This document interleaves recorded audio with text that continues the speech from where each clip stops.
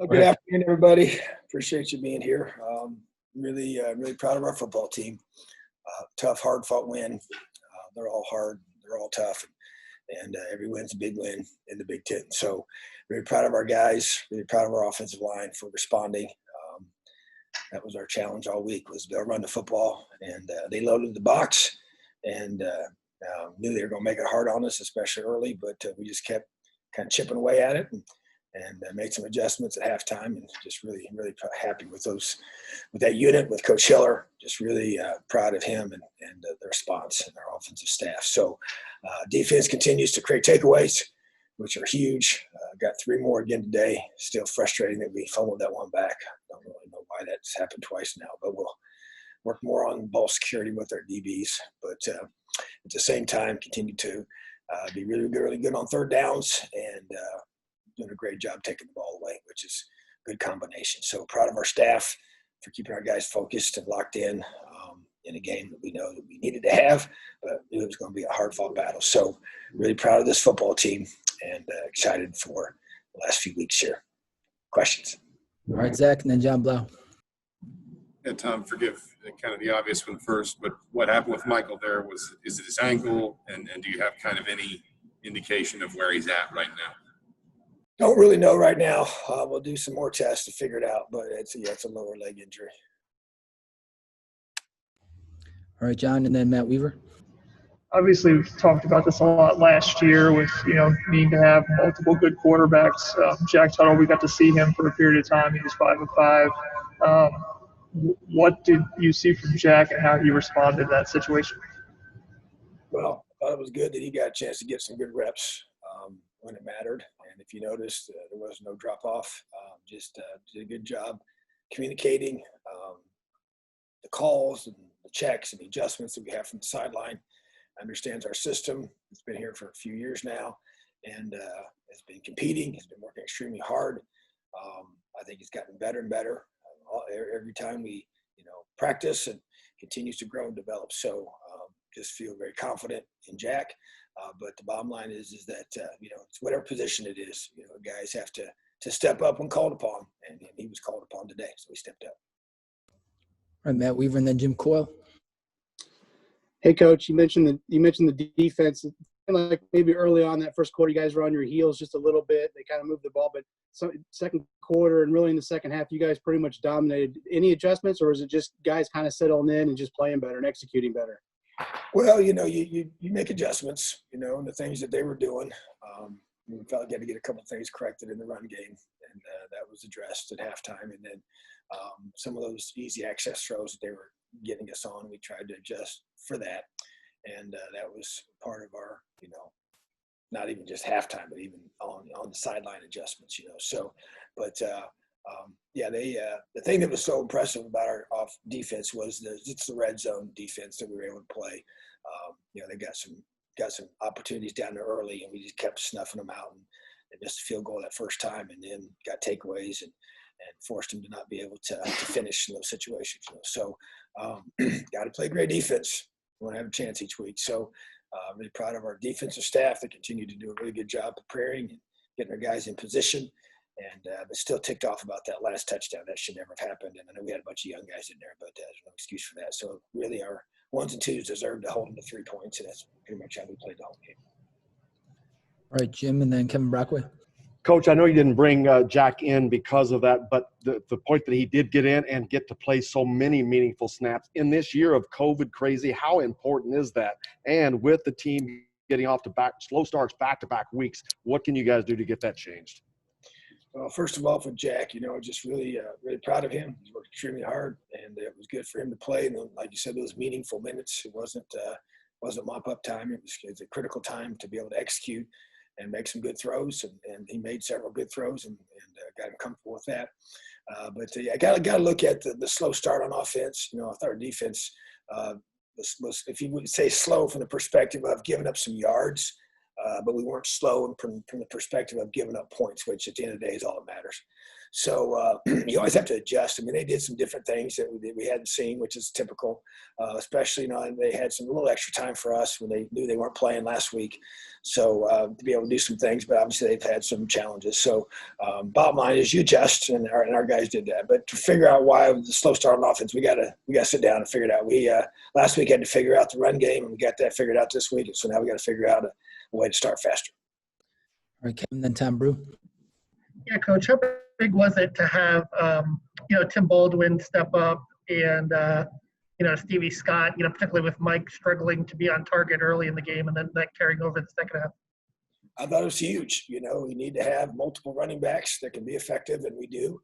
And just to be able to get David Ellis involved more as well and see Tim the way he ran today, I thought he ran extremely effectively in terms of his path and understanding the blocks and setting those blocks up and finding those holes, So he's a talented runner and gives us 4 guys at that position that can all make plays.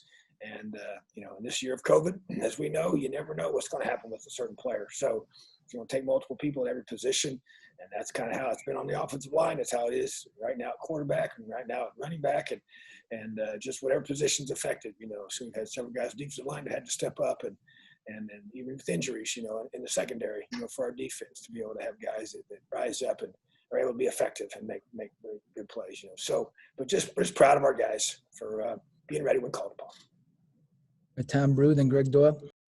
Tom, we don't normally see Michael in a 2 for 14 stretch for 37 yards and being a bit inaccurate with his throwing. What was going on there from your perspective? Was he just missing things, or was there stuff that they were throwing at you guys that maybe he just wasn't as prepared for? Yeah, it was really more he just seemed a little off. He had a really good week of practice, threw the ball extremely well each day, even Thursday, which is when we do a lot of our, no pad day. And so I thought he was really sharp then. And there's pressure, some early pressure got to him and he had people in his face quite a bit, but that's not new to him in terms of he'd been able to be very effective with pressure in the past, So don't really know the reason why for sure. Just missing guys, just some little high throws here and there and not giving guys on some deep balls a chance. But sometimes you have days like that, that's why you got to pony up and the whole team has to respond. And so when that's going on, your offense has to adjust and we got to be able to run the football and other guys got to step up. And that's what we did. And that's how we won the game. It's a 60-minute game, and that's why I challenged our team at halftime and go back and figure some of those things out to be able to help create opportunities when a guy is struggling like that. But, some days those are part of it. It's part of life. It's part of this game. So we got to be able to lean on each other and have everybody do their part and pull their weight when called upon. All right, Greg, and then Rabbi. Hi, Tom. You can imagine, and if you can't, I'll tell you, we've got to know more about Penix. We've got to know more about Penix to write what the heck's going on. Can you give us any odds on him playing next week against Wisconsin? I don't know. So I don't know. So if I knew, I'd tell you. But the bottom line is that he's going to be evaluated, and we'll know more on Monday. And then one more thing, the direct snaps. You went heavy on that late in the second quarter. Was that kind of in the game plan, or was that Sheridan making a change on the fly because the passing game wasn't working? No, that was part of the game plan. So he had put in specifically for this game, and so I was pleased with how it was very effective, and glad that we were able to add that to our arsenal. All right, thanks. All right, Rabbi, then Sammy. Tim Baldwin obviously is just a freshman. What is it about him that makes him capable of stepping into a Big Ten game, getting 100 yards on the ground? Well, I think very patient.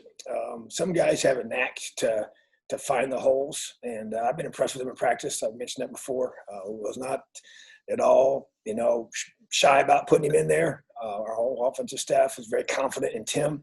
He's a very conscientious young man. He's extremely smart, works very hard.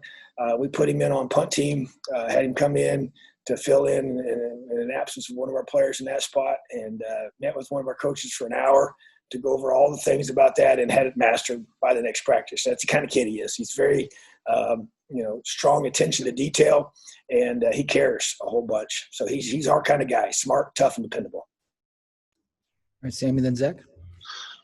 Coach, Hayden Whitehead had another big day. It's not a guy you want having a big day, but just talk about how important he is to this game, as setting up your defense in good spots and turning a field position battle in your favor, especially in the second half. Well, I think it's critical. That's why you have to have a football team. You know, I challenge our guys on Thursday about what each position looks like, and went through every single position and said, okay, what does a complete player look like at this position? And went through all of them and talked about how that's what I expected for us to be able to do. And what does the complete team look like? Because I still hadn't felt like, you know, coming out of the Ohio State game, we hadn't played our best football yet in all three phases. And so for 4 quarters. And so to me, those specialists are a huge part of this game. And so whether we got to use them more or less, I mean, yeah, you like to use your punter less, but it was just one of those games where they were keeping us pinned down and became a field position game in the first half. And his punts were huge to be able to get us out of those situations and give us some room to work as a defense. And that's why you go out and recruit high-quality specialists. And that's a huge priority here for me. And you know, I was a special teams coordinator for several years before I came here, and know the value of that position. Charles Campbell nails another field goal, hits all his extra points. Very, very dependable guy. Those guys are valuable to this football team. You know, Jared Schmollard's kicks were excellent except for one. The one that he gave that was a shorter kick, they ran back to the 30. So the times he did it the way we want it done, they didn't get any returns, you know. So to me, those specialists are extremely valuable to this team. And every time they perform, we expect them to be at their very, very best because they have few opportunities in a given game. So, but those are critical parts of our team. All right, Zach, and then Olivia wrap us up. Sorry, John, this is kind of asked in a loaded way, but I think people have sort of taken to calling this defense opportunistic. Is that maybe a little bit unfair in your mind? Just maybe the sort of implication that at least some of what this defense does is almost kind of by chance rather than by scheme or by structure? Oh, it's not by chance. I promise you that. Just watch the film. These takeaways are created. So, yeah. I mean, that's what you're asking. So we work extremely hard to create takeaways and talk to the quarterbacks after they play us. They'll let you know. All right, Olivia, last one. Coach, I understand if you can't fully share on this, but obviously a surprise and active for a lot of us today was Samson James. I understand people stepped up to replace him, but I didn't know if you could share why he was not active today. No, can't share that, but he was on the inactive list and hopefully to be updated on Monday as well. But this is a crazy season, 2020 COVID, and it seems like there's a lot of things that happen that you don't expect. So we'll update that situation when we can, but he'll be back with us soon. All right, thanks, Tom. Thank you. You're very welcome. Have an awesome day. Ellie out.